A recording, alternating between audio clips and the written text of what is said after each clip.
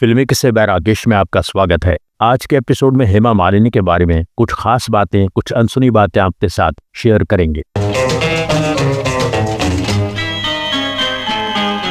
VSR चक्रवर्ती employees state insurance corporation में regional director थे। उनकी ट्रांसफरेबल जॉब थी। उन दिनों वह नई दिल्ली में पोस्टेड थे। उनकी पत्नी जया चक्रवर्ती ने 2 बेटों कानन और जगन्नाथ के बाद तीसरी संतान को जन्म देना था, इसलिए जया अपने मायके अम्मानकुडी में थी। ये गांव तमिलनाडु में तिरुचिरापल्ली के पास है। जया ट्रेडिशनल आयंगर फैमिली से थी। उनके पिता बहुत धार्मिक इंसान थे, इसलिए जया का झुकाव भी पूजा पाठ की तरफ था। जया पूजा के साथ साथ पूजा रूम में पेंटिंग भी करती थी, देवी देवताओं की तस्वीरें बनाती थी। अपनी प्रेगनेंसी के दौरान वो गाना और वायलिन बजाना भी सीखती रहीं। जया को यकीन था कि इस बार उनके एक बेटी ही होगी। वो अपनी बेटी को एक डांसर बनाएंगी, ये भी उन्होंने सोच रखा था। 16 अक्टूबर 1948 जया ने एक बच्चे को जन्म दिया। जया चक्रवर्ती लक्ष्मी माता की भक्तिन थीं, इसलिए बच्ची का नाम रखने से पहले उन्होंने माता लक्ष्मी के 108 नामों पर गौर किया। फाइनली हेमा मालिनी पर आकर मांटिका। हेम का मतलब है सोना यानी गोल्ड। हेमा मालिनी का मतलब है सोने की माला, जिससे भगवान विष्णु को सजाया जाता है। बाद में जया ने अपनी बेटी हेमा को यह भी बताया था कि तुम्हारा नाम माँ लक्ष्मी के नाम पर इसलिए रखा क्योंकि जब मैं प्रेग्नेंट थी मैं अक्सर माँ लक्ष्मी के सपने देखती थी, माता की तस्वीरें बनाती थी। हेमा मालिनी का बचपन नई दिल्ली में गोल मार्केट के पास गवर्नमेंट कॉलोनी में गुजरा। हेमा की पढ़ाई मद्रास एजुकेशनल सोसाइटी स्कूल में हुई। हेमा का बचपन बाकी बच्चों की तरह नहीं था, जो स्कूल के बाद अपने साथियों के साथ खेलते कूदते थे। हेमा को स्कूल के बाद थोड़ा सा ब्रेक लेकर डांस क्लासेस के लिए जाना होता था, त्रिवेणी कला संगम। हेमा 5 साल की भी नहीं हुई थी जब उन्होंने रामास्वामी पिल्लई से भरतनाट्यम सीखना शुरू कर दिया था। हेमा की लाइफ को पूरी तरह उनकी माँ जया चक्रवर्ती ने कंट्रोल किया। कभी हेमा उनसे पूछती कि क्या मैं सुंदर हूँ, तो जया कहती कि तुम ठीक हो। डांस परफॉर्मेंस की बात हो तो जया हेमा से कहती थी कि और बेहतर हो सकता था। जया ने अपनी बेटी को बहुत ग्राउंडेड रखा था। हेमा की किसी भी क्वालिटी को हेमा के सर पर चढ़ने नहीं दिया, एटलीस्ट शुरू के काफी साल तक। सच ये था कि जया खुद एक कलाकार बनना चाहती थी पर नहीं बन पाई, इसलिए अपनी बेटी के जरिए अपने सपने पूरे करना चाहती थीं, बिना बेटी से कोई जबरदस्ती किए। हेमा 6 साल की थीं जब उन्होंने तब के प्राइम मिनिस्टर पंडित जवाहरलाल नेहरू के सामने डांस परफॉर्मेंस दी थी। डांस के बाद जया अपनी बेटी को नेहरू जी के पास ले गई। हेमा ने नेहरू जी के पैर छुए। अगले साल हेमा ने राष्ट्रपति राजेंद्र प्रसाद और क्वीन एलिजाबेथ के सामने परफॉर्म किया था। हेमा ने बताया था कि मेरा भी दिल करता था मैं बाकी बच्चों की तरह अपने साथियों के साथ समय बिताऊं, खेलूं कूदूं, उन बच्चों की तरह फ्री सी जिंदगी जीऊं, पर मैं ये बात अपनी माँ से कह भी नहीं पाती थी। कभी कभी मैं डांस प्रैक्टिस से तंग आ जाती थी, पर मैंने कभी अपनी माँ से ऊंची आवाज में बात नहीं की। 13 साल की उम्र तक हेमा अपनी माँ के साथ ही सोती रहीं। इस तरह के बचपन की वजह से हेमा बहुत शाई थीं। 1962 में VSR चक्रवर्ती मद्रास ट्रांसफर हो गए। दोनों लड़कों की पढ़ाई खराब ना हो इसलिए उन्हें दिल्ली में ही नानी के पास छोड़कर जया चक्रवर्ती, उनके पति और बेटी हेमा मद्रास शिफ्ट हो गए। अपने डांस की वजह से हेमा पॉपुलर हो रही थीं। उन्हें फिल्मों के ऑफर्स आने लगे। 1963 में आई तमिल फिल्म इधु साथियम के एक गाने में हेमा पहली बार फिल्मी पर्दे पर नजर आई।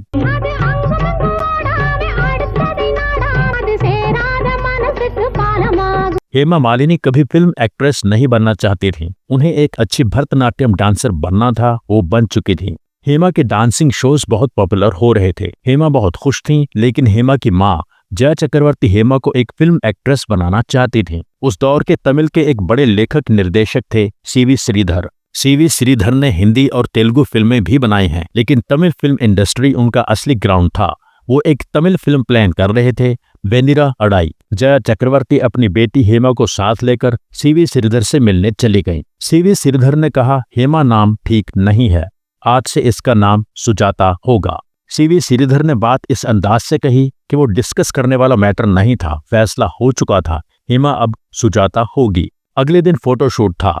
रात भर हेमा अपने नए नाम सुजाता के बारे में सोचकर परेशान हो रही थीं। फोटोशूट साड़ी पहनकर करना था। हेमा मालिनी ने कहा था कि मैं दुबली पतली लड़की साड़ी में बहुत बुरी लग रही थी। फिल्म की शूटिंग की तैयारियां होने लगी। CV श्रीधर ने ऑफिशियल अनाउंसमेंट कर दी कि वो तमिल सुपरस्टार जयललिता के साथ एक नई लड़की को लॉन्च करने जा रहे हैं। इन सब बातों के बावजूद हेमा का मन नहीं था फिल्म में काम करने का। फाइनली फिल्म की शूटिंग शुरू हो गई। कुछ दिन काम चलता रहा। एक दिन फिल्म के सेट पर सीवी श्रीधर ने सबके सामने बोल दिया कि वो हेमा को फिल्म से निकाल रहे हैं। सीवी श्रीधर ने बहुत कम समय में किसी दूसरी लड़की को साइन भी कर लिया था। इतना ही नहीं, सीवी श्रीधर ने प्रेस को बताया कि सुजाता यानी हेमा के अंदर कोई काबिलियत नहीं है कुछ भी करने की, वो स्टार कभी नहीं बन सकती। हेमा मालिनी मन ही मन इस बात से खुश थीं कि उन्हें फिल्म में काम नहीं करना पड़ा, लेकिन जो इंसल्ट उनकी और उनकी माँ की हुई वो उन्हें बेचैन कर रही थी। हेमा की माँ इस बात से डिप्रेस्ड रहने लगी थीं। तब हेमा ने अपनी माँ से वादा किया कि मैं फिल्म एक्ट्रेस बनूंगी। खुद से ज्यादा हेमा अपनी माँ का सपना पूरा करना चाहती थीं। साउथ के एक बड़े निर्माता निर्देशक थे के सुब्रमण्यम। वो अपने नाम के साथ बहुत प्राउडली डायरेक्टर लगाते थे, यानी डायरेक्टर के सुब्रमण्यम। वो राज कपूर के पिता पृथ्वीराज कपूर के दोस्त भी थे। राज कपूर अपने साथ काम करने के लिए एक हीरोइन की तलाश में थे जो डांसर भी हो। के सुब्रमण्यम की बेटी पद्मा सुब्रमण्यम भी बहुत अच्छी डांसर रही हैं। एक बार के सुब्रमण्यम के साथ लंच करते हुए राज कपूर ने उनसे कहा कि मैं चाहता हूं कि आपकी बेटी पद्मा मेरे साथ फिल्म में काम करे। पद्मा सुब्रमण्यम पहले ही एमजी रामचंद्रन और सत्यजीत के ऑफर्स ठुकरा चुकी थीं। पद्मा ने राज कपूर को भी इनकार कर दिया। फिर भी राज कपूर ने कहा कि मैं कुछ दिन वेट करूंगा, तब तक शायद आपका फैसला बदल जाए। उन्हीं दिनों के सुब्रमण्यम ने एक डांस शो ऑर्गेनाइज किया जिसमें हेमा भी परफॉर्म कर रही थी। एक तमिल प्रोड्यूसर बी अनंथस्वामी हेमा का डांस देखकर बहुत प्रभावित हुए। बी अनंथस्वामी उन दिनों राज कपूर को अपनी फिल्म के लिए साइन कर चुके थे, लेकिन फिल्म के लिए किसी हीरोइन की तलाश में थे। ये वही फिल्म थी जिसके लिए राज कपूर हीरोइन तलाश कर रहे थे। हेमा को देखकर बी अनंथस्वामी को लगा कि यहाँ मेरी तलाश खत्म हो गई। जब अनंथस्वामी ने हेमा को फिल्म में कास्ट करने की बात की तो हेमा ने तुरंत हाँ कर दी, लेकिन हेमा की माँ अभी भी सीवी श्रीधर के रिजेक्शन से हर्ट महसूस कर रही थी। हेमा की माँ ने भी वो गम भुलाने के लिए हाँ कह दी। बी अनंथस्वामी ने साफ साफ कह दिया था कि फिल्म से जुड़े सारे फैसले राज कपूर ही लेंगे, वही फाइनल करेंगे कि हेमा काम कर सकती है या नहीं। उधर राज कपूर ने पद्मा सुब्रमण्यम का आखिरी फैसला जानने के लिए पद्मा के पिता के सुब्रमण्यम से बात की। के सुब्रमण्यम ने कहा कि मैं तुम्हें पद्मा जैसी लेकिन पद्मा से भी खूबसूरत लड़की सजेस्ट कर सकता हूँ। उन्होंने राज कपूर को हेमा मालिनी के बारे में बताया। राज कपूर ने कहा, लेकिन मैंने सुना है कि हेमा को तो सीवी श्रीधर रिजेक्ट कर चुके हैं। इस पर के सुब्रमण्यम ने कहा कि अगर हेमा ने शुरू से ही हेडलाइंस हिट नहीं की, मैं अपने नाम के आगे डायरेक्टर लगाना छोड़ दूंगा। ये बहुत बड़ा चैलेंज था। खैर, हेमा ने बी अनंथस्वामी की फिल्म साइन कर ली थी, पर असली फैसला राज कपूर ने ही करना था। जैसे जैसे स्क्रीन टेस्ट का दिन करीब आ रहा था, हेमा और उनकी माँ टेंस होती जा रही थी। सीवी श्रीधर ने जैसे हेमा को रिजेक्ट किया था, वो बात माँ बेटी के मन से नहीं निकली थी। स्क्रीन टेस्ट वाले दिन हेमा अपनी माँ के साथ आर के स्टूडियो पहुंच गईं। उन्हें सीधा मेकअप रूम में जाने के लिए कहा गया। राज कपूर ने हेमा के मेकअप के लिए माधव पई को अपॉइंट किया था, ड्रेस के लिए विष्णु को और हनुमान को एज स्पॉट बॉय अपॉइंट किया था। उस बड़े मेकअप रूम में एंटर करते ही हेमा ने वहां बंजारन के कपड़े देखे। ये कॉस्ट्यूम ऐसा लग रहा था जैसा पद्मिनी ने जिस देश में गंगा बहती है में पहना था। हेमा को इंस्ट्रक्शंस मिली कि यह कॉस्ट्यूम पहनकर मेकअप करवाकर स्क्रीन टेस्ट के लिए तैयार रहें। हेमा जी ने बताया था कि मुझे याद है कि विष्णु और माधव दादा ने मुझे कहा था कि बड़े लोगों को देखकर घबराओ मत। अगर आज तुमने ये स्क्रीन टेस्ट पास कर लिया तो एक दिन तुम्हारा पहना कॉस्ट्यूम भी आर के स्टूडियोज में बाकी कलाकारों के कॉस्ट्यूम्स के साथ टांगा जाएगा। स्क्रीन टेस्ट शुरू हुआ। कुछ सोलो शॉट्स लिए गए। वहां राज कपूर के साथ के आसिफ और संगीतकार शंकर जयकिशन की जोड़ी में से शंकर भी थे।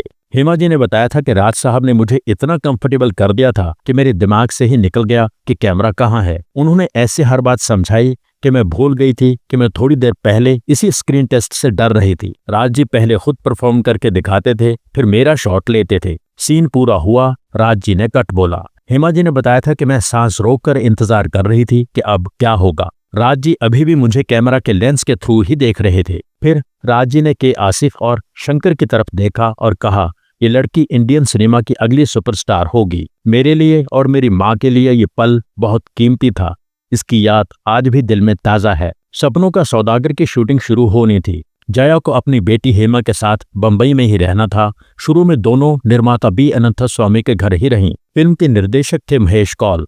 महेश कौल ने देखा कि हेमा का बहुत स्ट्रॉन्ग तमिल एक्सेंट है। उन्होंने लक्ष्मी शर्मा को हायर किया हेमा को हिंदी सिखाने के लिए। Lakshmi Sharma all India radio Bombay की बहुत फेमस न्यूज रीडर थीं। सपनों का सौदागर की शूटिंग शुरू हो गई। शूटिंग के पहले 8 महीने हेमा और उनकी मां निर्माता बी अनंथस्वामी के घर पर ही रहीं। फिल्म के पोस्टर्स पर राज कपूर्स ड्रीम गर्ल लिखने का आइडिया बी अनंथस्वामी का ही था, यानी हेमा को ड्रीम गर्ल का खिताब बी अनंथस्वामी ने ही दिया। सपनों का सौदागर जब कंप्लीट होने वाली थी तो बी अनंथस्वामी ने हेमा और उनकी मां जया से कई सारे कॉन्ट्रैक्ट्स साइन करवा लिए। हेमा और उनकी मां नहीं जानती थीं कि उनमें असल में क्या लिखा है, लेकिन उनको बी अनंथस्वामी पर पूरा भरोसा था। हेमा को फिल्मों के ऑफर्स आने लगे थे, लेकिन धीरे धीरे पता चला कि ज्यादातर निर्माता हेमा को साइन करने आते हैं, निराश होकर चले जाते हैं। फिर ऑफर्स में कमी आने लगी। हेमा तक पहुंचना मुश्किल होने लगा। वजह ये थी कि बी अनंथस्वामी ने ऐसे पेपर्स साइन करवा लिए थे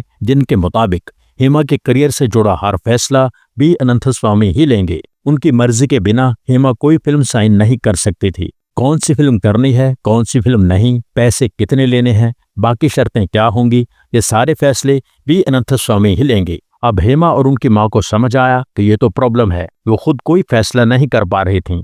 हेमा की मां बहुत टेंशन में थीं। एक बार इसी बात को लेकर हेमा की मां जया चक्रवर्ती और निर्माता बी अनंथस्वामी की अच्छी खासी बहस हो गई। हेमा की मां ने गुस्से में आकर अनंथस्वामी के हाथों से कॉन्ट्रैक्ट शीट्स छीन ली और वहीं उन्हें फाड़ दिया। अनंथस्वामी ये देखकर शॉक्ड रह गई। खुद जया भी अपनी इस हरकत से शॉक्ड थी। बी अनंथस्वामी इंसल्टेड महसूस कर रहे थे।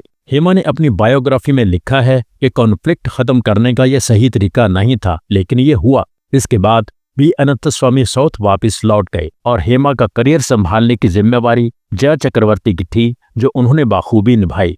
लेकिन आज भी हेमा यही कहती हैं कि वो आज जो भी हैं बी अनंथस्वामी की वजह से हैं।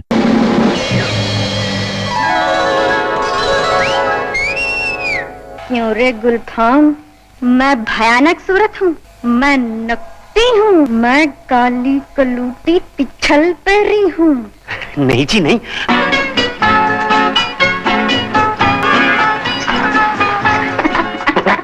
तू जाने क्या मजा इंतजार का। सपनों का सौदागर तो ज्यादा कामयाब नहीं हुई, पर हेमा को हिंदी फिल्म इंडस्ट्री में काम मिलने लगा था। आगे हेमा मालिनी का फिल्मी सफर कहां तक पहुंचा आप सब जानते हैं। इस एपिसोड में दी गई जानकारी राम कमल मुखर्जी की लिखी बुक से ली गई है, Hema Malini beyond the dream girl. Hema ji के बारे में पहले भी कई एपिसोड्स इस चैनल पर हैं। हेमा जी को जन्मदिन की मुबारकबाद देते हुए इस एपिसोड को यहीं पूरा करते हैं। एपिसोड के बारे में अपनी राय जरूर लिखें। Thank you so much.